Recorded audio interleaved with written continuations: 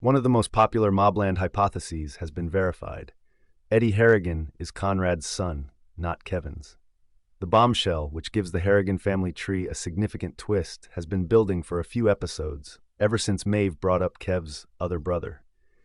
Considering the intense response it evoked, a bombshell like this one had appeared to be imminent.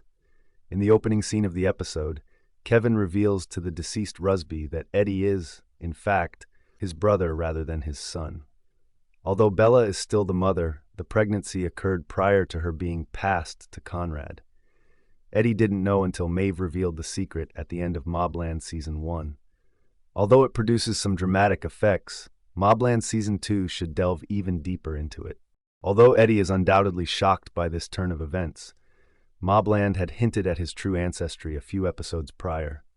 As previously said, the reference to Kevin's other brother, more especially his response, was the clearest indication that something was being concealed. Eddie's fit with Conrad must have been severe enough to elicit such a reaction.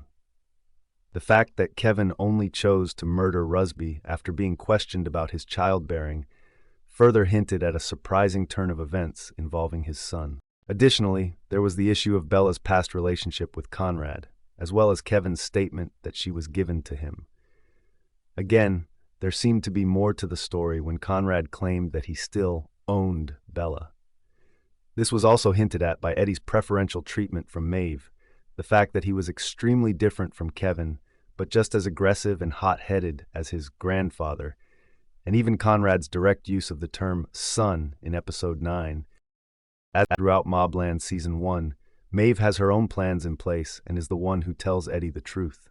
In particular, it entails elevating Eddie to the position of king of the Harrigan realm and placing Maeve as his queen. However, what does that actually entail, and what kind of relationship would they have, as even Eddie asks? Even though Maeve is clearly rather deranged, the show has hinted at her relationship with Eddie in some worse ways.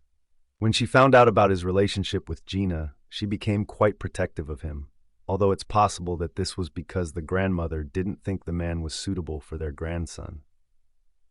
However, there was a very awkward scene in Episode 9 where she touched Eddie's leg, giving away that there was more to it. According to the conclusion, Eddie was a kind, amiable youngster until he was about 12 or 13 years old, at which point he had an incident with Maeve that changed him into the person he is today. This story previously frequently mentioned sexual assault, so even while it is horrible, it is undoubtedly leaving it as a potential implication. Another possibility is that Maeve had been preparing Eddie for her own ends, but she was also corrupting him in a more criminal way, making him more violent and ruthless.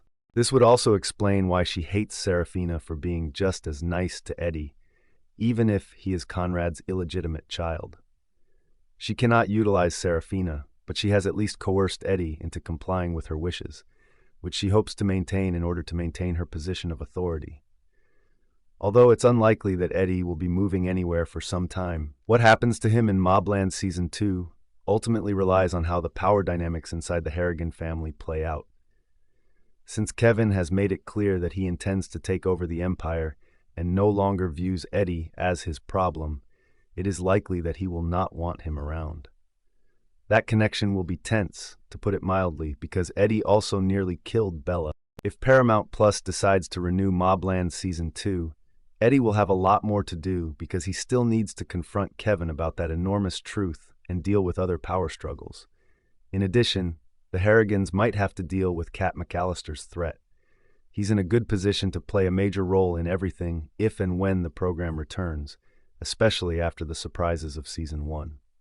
Thank you for watching. Please subscribe.